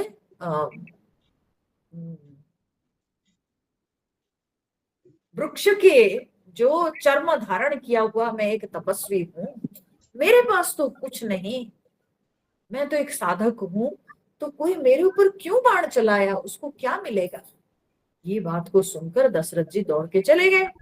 और दशरथ जी जब दौड़ के जाते हैं, जाके पास में देखते हैं कि अरे सचमुच में एक जो है वल्कल धारण किया हुआ, जटा धारण किया हुआ एक युवक, हाँ, तपस्वी, वे पड़े हुए हैं और उनके शरीर में बाण बिंदु हुआ है। अब इनको बड़ा पश्चाताप हुआ, और जब पास में पहुंच गए, उनको जब गोद में ले लिए दशरथ जी, तब उन्होंने कहा कि आपने बाण चलाया। तो दशरथ जी ने कहा, हाँ, मैंने ही बाण चलाया है, और मैं मैंने यहाँ का राजकुमार दशरथ हूँ, और मुझे पता नहीं थी ये बात। तब उन्होंने कहा कि अगर आपको पता होता और जानबूझ करके आप बाण चलाते, तब तो मैं श्राप देता आपको। इसलिए मैं आपको श्राप नहीं दे रहा हूं, क्योंकि अनजाने में आप बाण चलाए हैं, तो इसलिए मैं आपको श्राप नहीं देता हूं।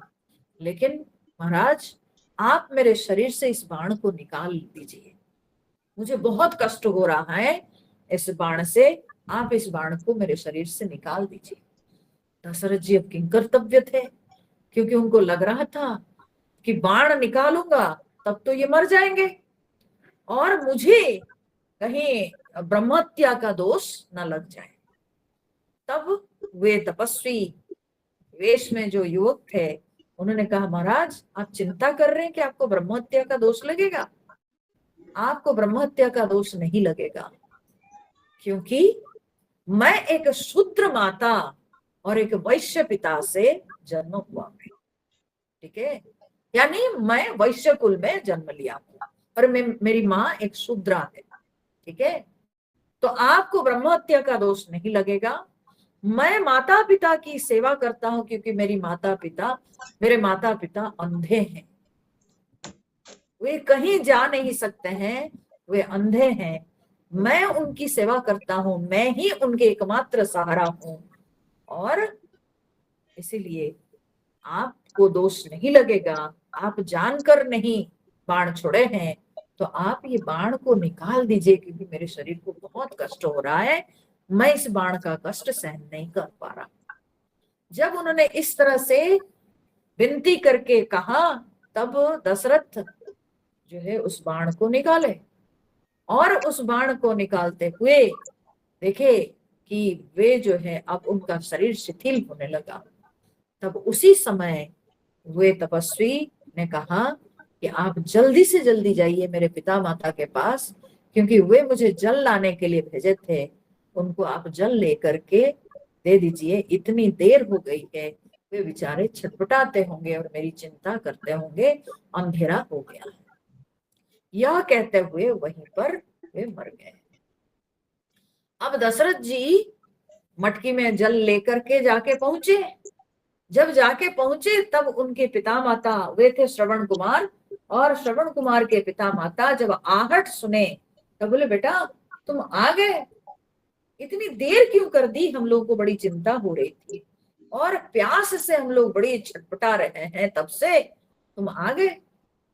तब दशरथ जी उनको जल तो पिलाए, और जल पिलाने के पश्चात वे सच कह दिए। सत्य संध थे दशरथ जी, झूठ नहीं बोलते थे कभी। ठीक है, तो दशरथ जी ने उस समय सत्य कह दिया कि आपका पुत्र नहीं, मैं दशरथ हूं। ठीक है, यहाँ का राजकुमार मैं दशरथ हूं, और सारी कहानी उन्होंने सुना दी, क्या हुआ क्या नहीं।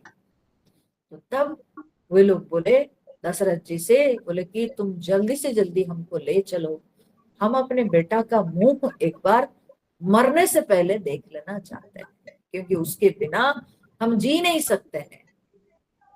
ठीक है, हम उसके बिना जी नहीं सकते। दशरथ जी उनको बहुत प्रकार से समझाए कि मैं आपकी व्यवस्था कर दूंगा, लेकिन किसी भी प्रकार से उन्होंने कहा, नहीं, हम अपने पुत्र के बिना और जी नहीं सकते हैं, जल्दी से जल्दी हमारा प्राण छूटने से पहले हमको ले चलो, हम अपने पुत्र के पास जाना चाहते हैं, हमें एक बार अपने पुत्र को छू लेना चाहते हैं।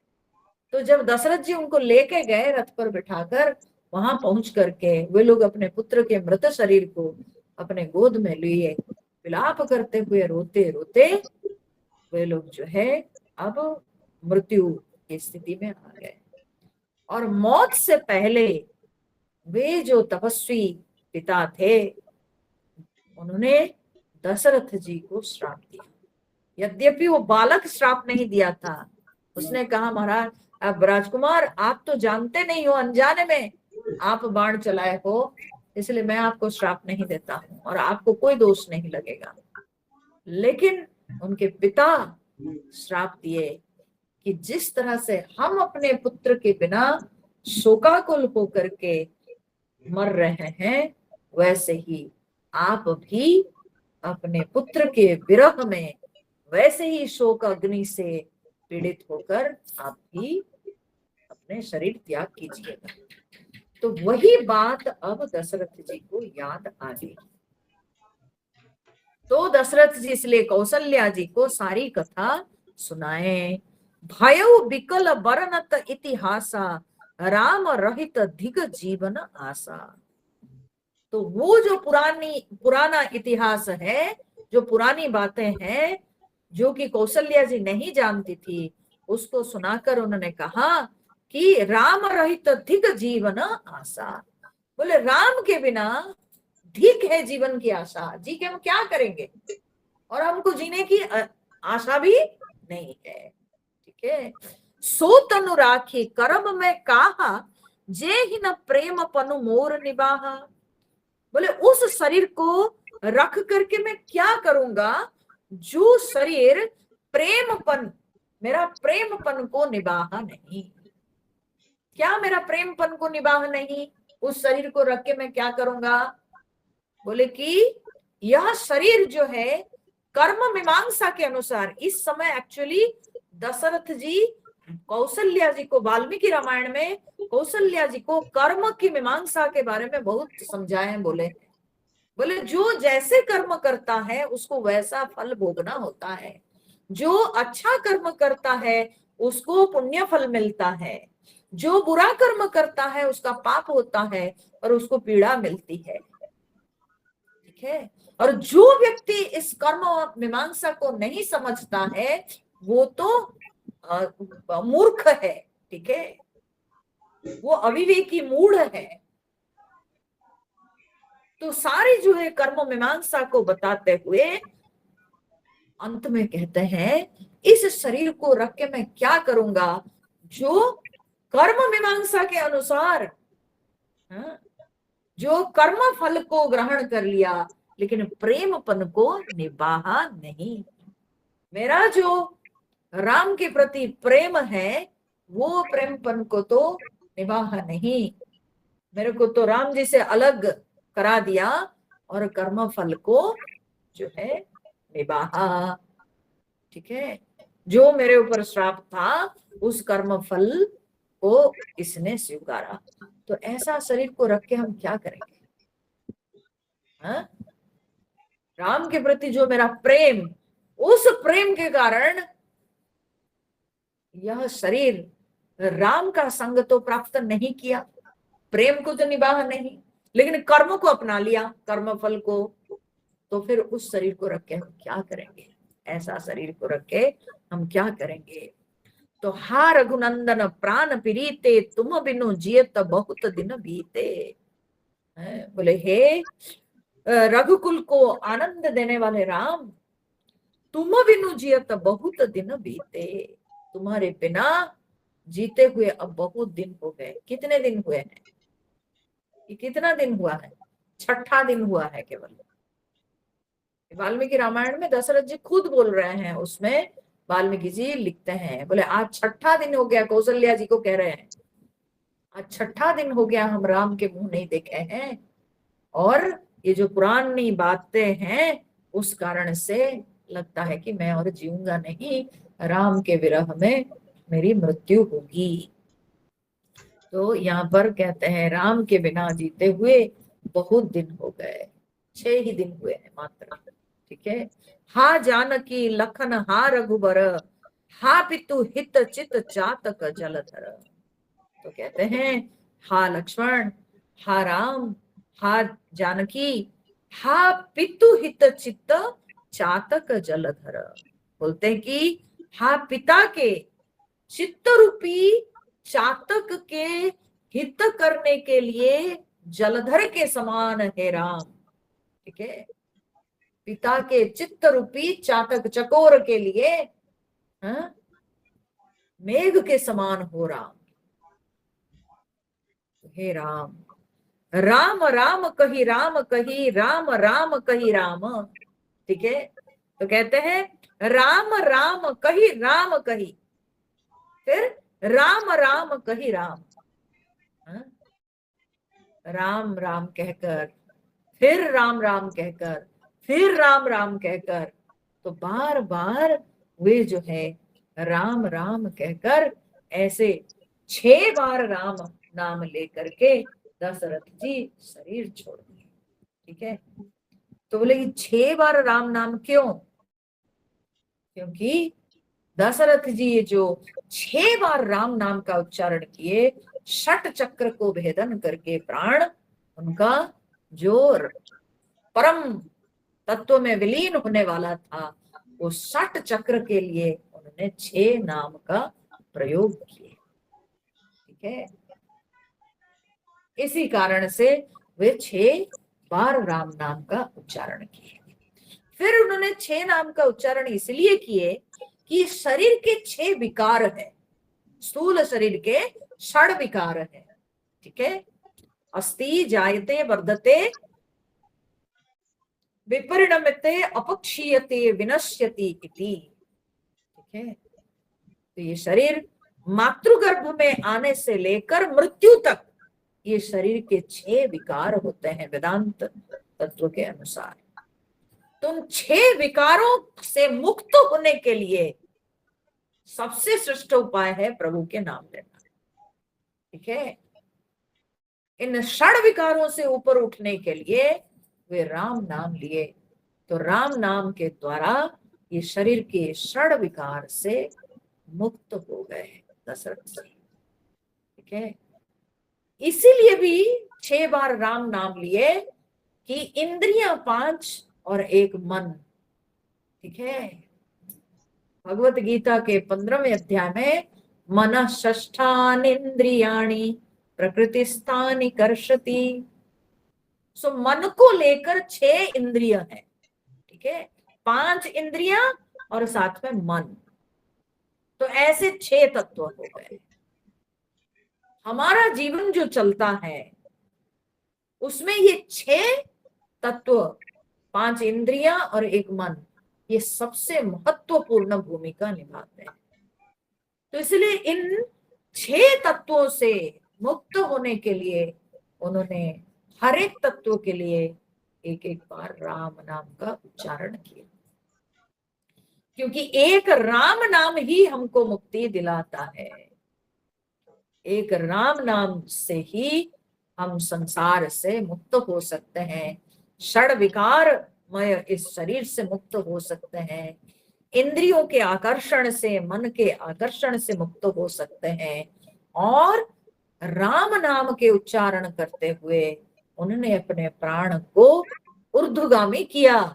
उन्होंने 6 चक्र का भेदन करते हुए अपने प्राण को ऊर्ध्वगामी किया। तो इस प्रकार से उन्होंने 6 बार राम नाम के उच्चारण किए, ठीक है। और हो सकता है 6 दिन हो गए, एक एक दिन उन्होंने जो राम जी से अलग हुए हैं, हर एक दिन के लिए एक राम नाम, ठीक है, प्रत्येक दिन के लिए एक राम नाम।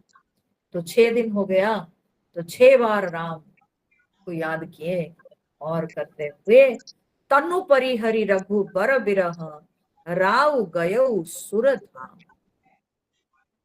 राम दशरथ जी शरीर का त्याग करके रघुनाथ राम जी के विरह में अपने शरीर का त्याग करके वे राव गयो सुरधाम, वे देवताओं के धाम में चले गए।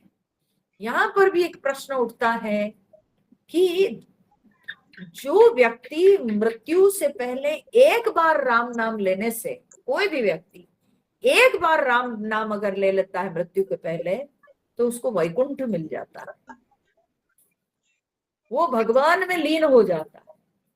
यहाँ दशरथ जी को देवताओं के लोक क्यों मिला, क्यों देवलोक मिला, क्यों स्वर्गलोक मिला, क्यों उनको वैकुंठ धाम नहीं मिला, ठीक है।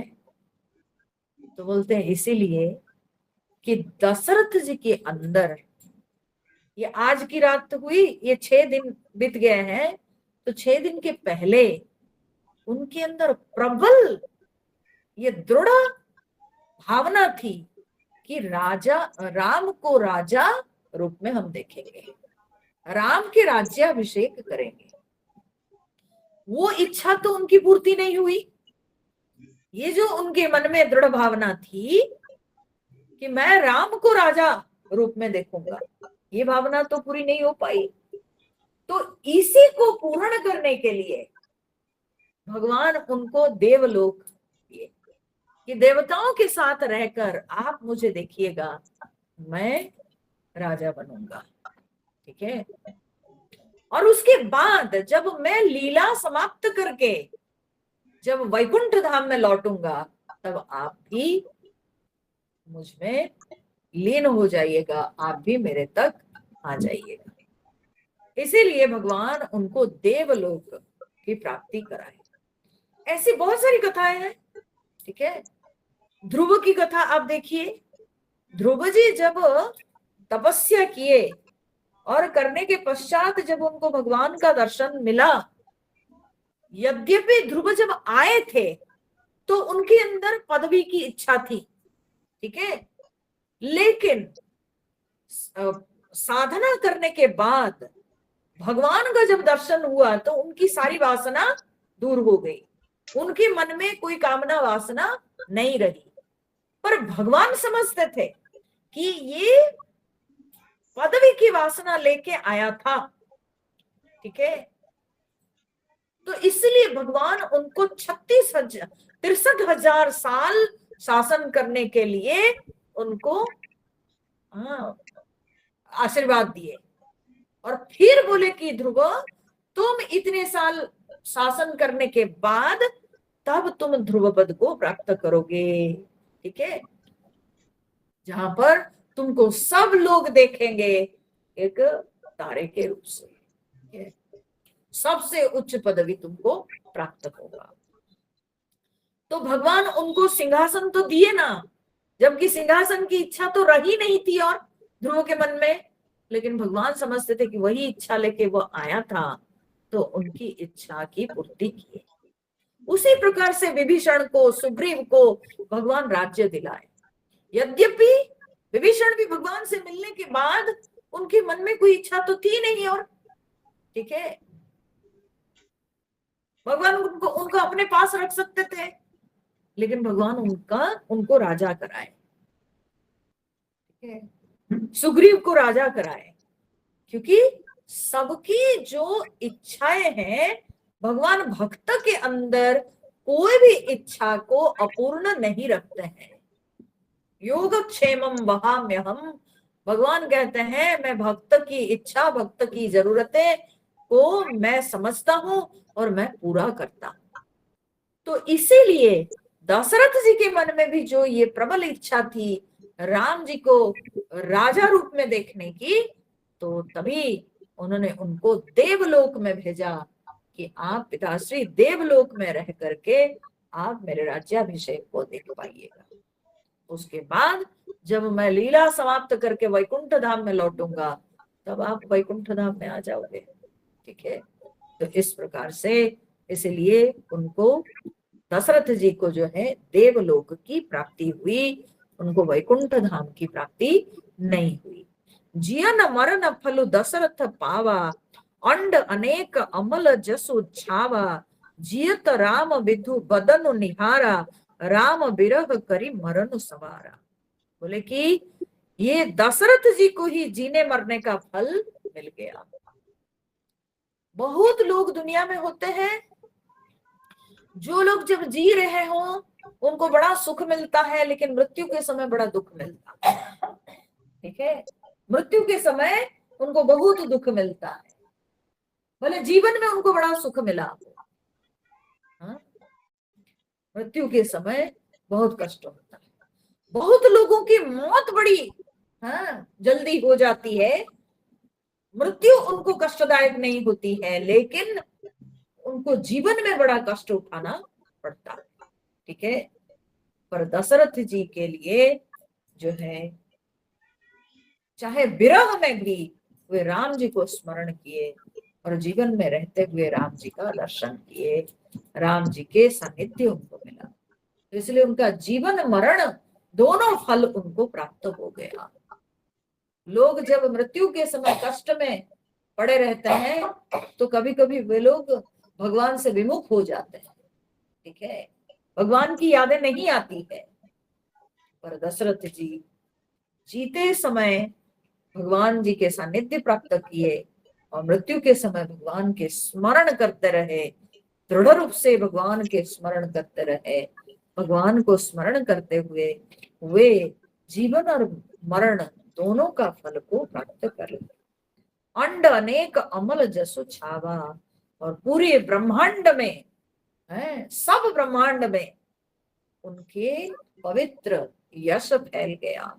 जियत राम विदु बदनु निहारा, जब जी रहते तब राम जी के मुख चंद्रमा का दर्शन कर रहे थे, राम बिरह करी मरण संवारा, अपने मृत्यु को संवार लिए, राम जी को स्मरण करके मृत्यु लाभ जो किए।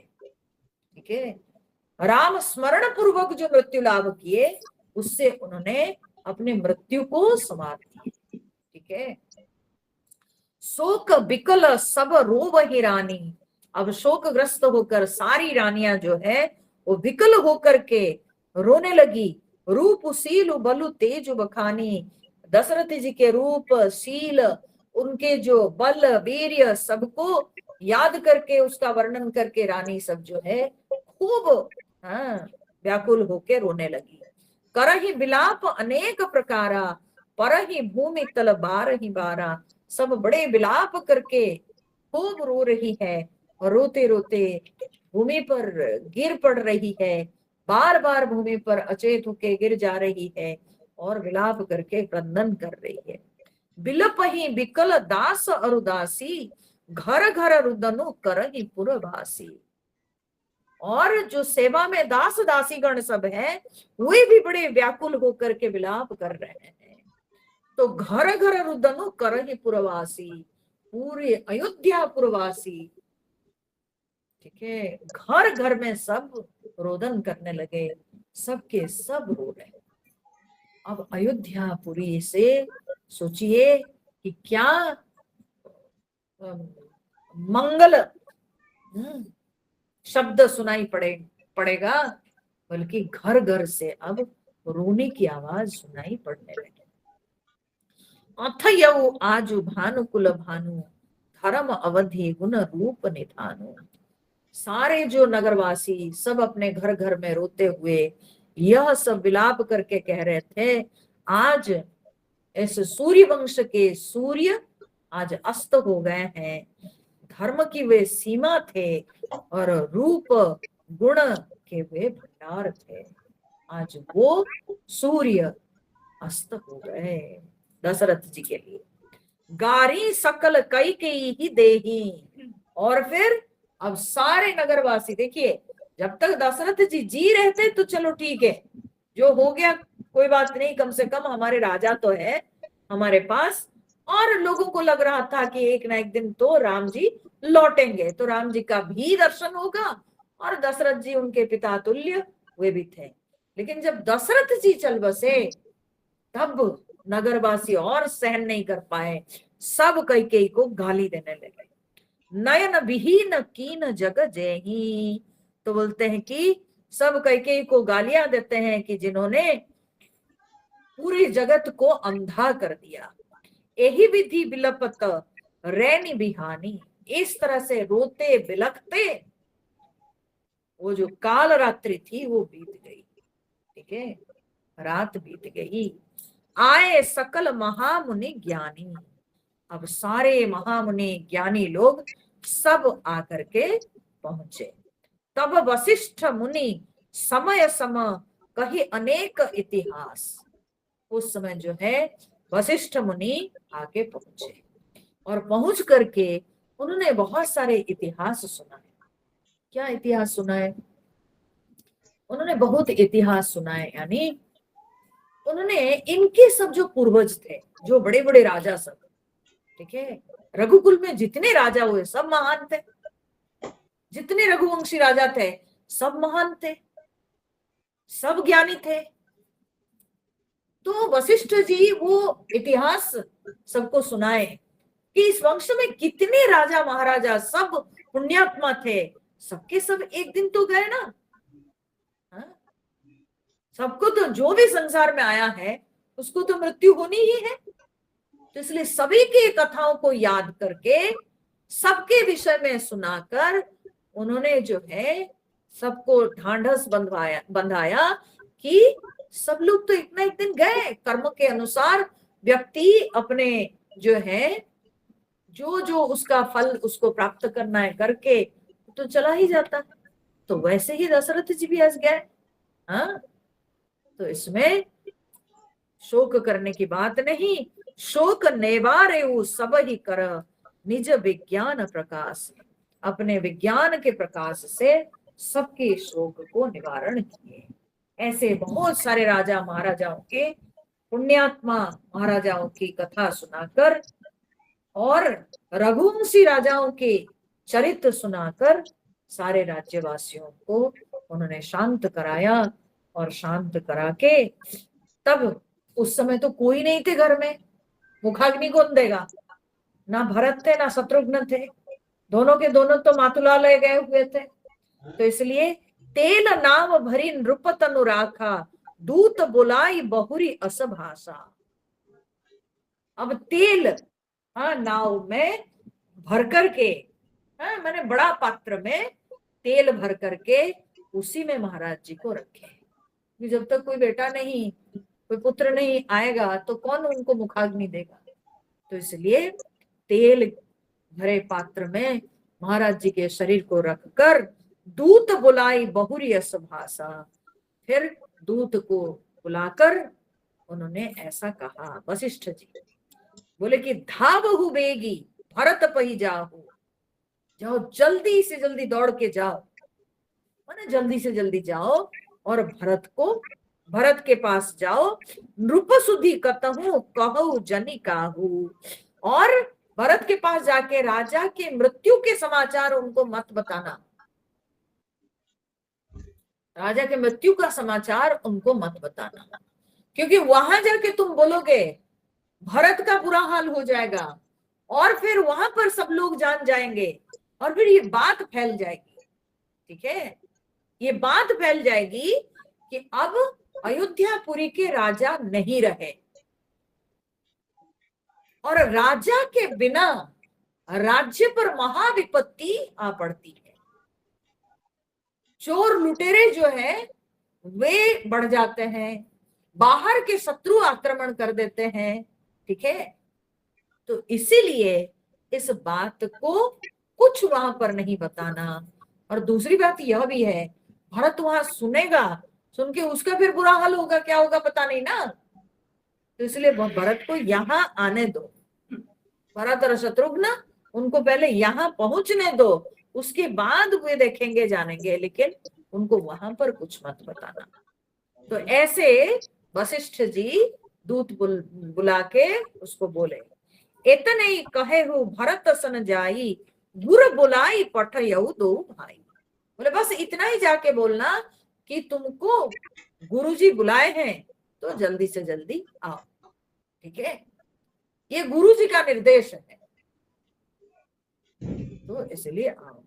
सुनि मुनि आय सुधावन धाये, मुनि के, वशिष्ठ मुनि के वचन सुन करके धावन माने दूत जो है वो भागा, चले बेग बर बाज ल जाए। ऐसे उसने जो है घोड़े पर बैठ के चल दिया कि अच्छे अच्छे घोड़ों को भी फेल कर दे। ठीक है, अनरथु अवध आरंभे जबते, उसगुन होई भरत कहु तबते। जब से यहाँ पर अनर्थ, अवधपुरी में जब से अनर्थ हुआ है, ठीक है, यानी जब से कैकेयी ने वर मांगा है और राम जी जब से वनवास गए हुए हैं, तब से कुसगुन होई भरत कहूं तबते, तब से भरत जी को अपशकुन सब दिखाई पड़ने लगे हैं। देख ही रात भयानक सपना, रात को भरत जी जो है बड़े भयंकर सपना देख रहे थे। यहाँ पर गोस्वामी जी तो वर्णन नहीं किए हैं, वाल्मीकि जी लेकिन बहुत वर्णन किए हैं इस पर। वे सपना देख रहे हैं क्या, ना दशरथ जी के बाल बिखरे हुए हैं और वे गोबर से भरा हुआ तालाब में गिर पड़े हैं और उस तालाब से वे बड़े कुरूप होके उठ रहे हैं। ठीक है, और फिर जो है उनका वे सिर नीचा कर लिए हैं। बड़े विचित्र विचित्र सब वो सपना देखे हैं। वाल्मीकि रामायण में बहुत वर्णन आता है कि गधे के ऊपर बैठकर वे दक्षिण की ओर जा रहे हैं, सिर उनका नीचे लटका हुआ है और गले में लाल जो है फूलों की माला धारण कर रखे। ठीक है, जीवित व्यक्ति को लाल फूलों की माला नहीं पहनना चाहिए। ठीक है ना, कभी कभी लोग बड़े प्यार से गुरु पूर्णिमा में मुझे पहनाने के लिए माला ले आते हैं, उसमें गुड़ोल, लाल गुड़ोल के फूल की माला उठा के ले आते हैं। हाँ? ये तो केवल जो है देवी माता के ऊपर चढ़ाया जाता है, पर कोई जीवित व्यक्ति के गले में कभी लाल फूलों की माला नहीं चढ़ानी चाहिए, विशेष रूप से गुड़ोल की माला। ठीक है, तो कहते हैं कि दशरथ जी गले में, मैंने सपना देखे हैं भरत जी कि वे गले में लाल फूलों की माला धारण करके गधे पर बैठकर, हाँ, दक्षिण दिशा के और नीचे मुंह करके, उनके सिर नीचे लटका हुआ ऐसे जा रहे हैं। ऐसे भरत जी सब सपने में देखे। जागी करही कटु कोटि कल्पना। और फिर जब दशरथ जी उठते थे तो बहुत प्रकार की बुरी बुरी कल्पनाएं करते थे, मन में उनके बहुत प्रकार के सब जो है बुरी भावनाएं उठती थी।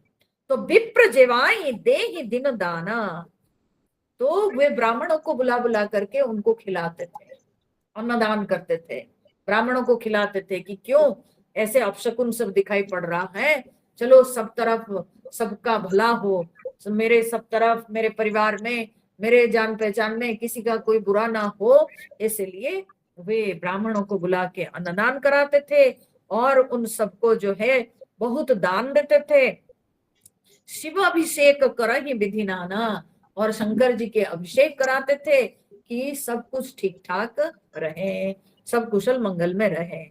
माग ही हृदय महेश मनाई, और फिर बोलते हैं कि शंकर जी को प्रसन्न करके, पूजा करके अपने मन में, अपने हृदय में वे ये मांगते थे। क्या मांगते थे? कुशल मातु पितु परिजन भाई, मेरे माता पिता परिजन और मेरे भाई सब कुशल मंगल में रहे।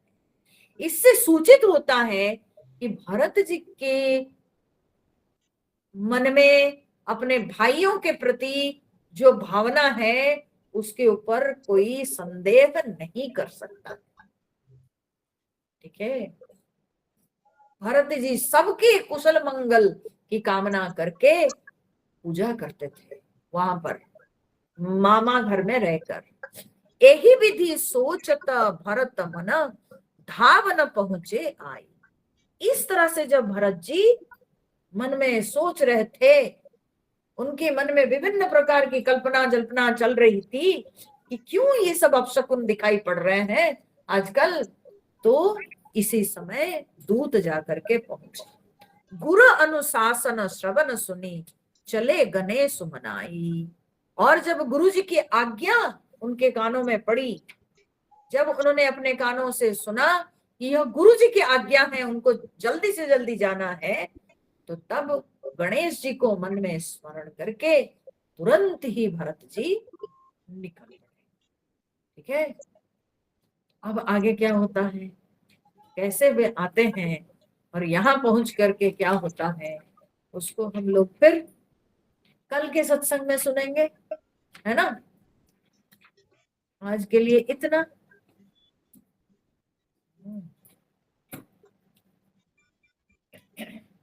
श्री राम जय जय राम, श्री राम जय जय राम,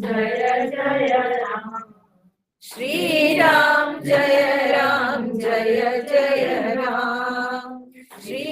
राम जय राम, श्री राम जय राम, श्री राम जय राम, श्री राम जय राम, श्री राम जय राम।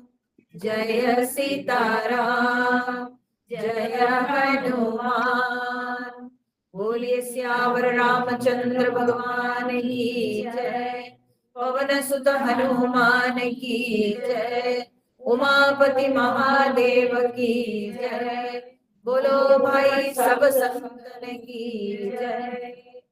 ओम पूर्णमद पूर्णमिदं पूर्णात् पूर्णमुदच्यते पूर्णस्य पूर्णमादाय पूर्णमेवावशिष्यते।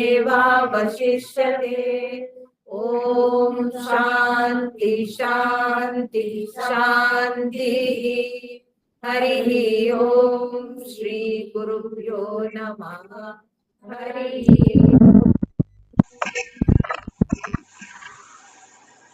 हरि ओम। हरि ओम। हरि ओम। हरिओम।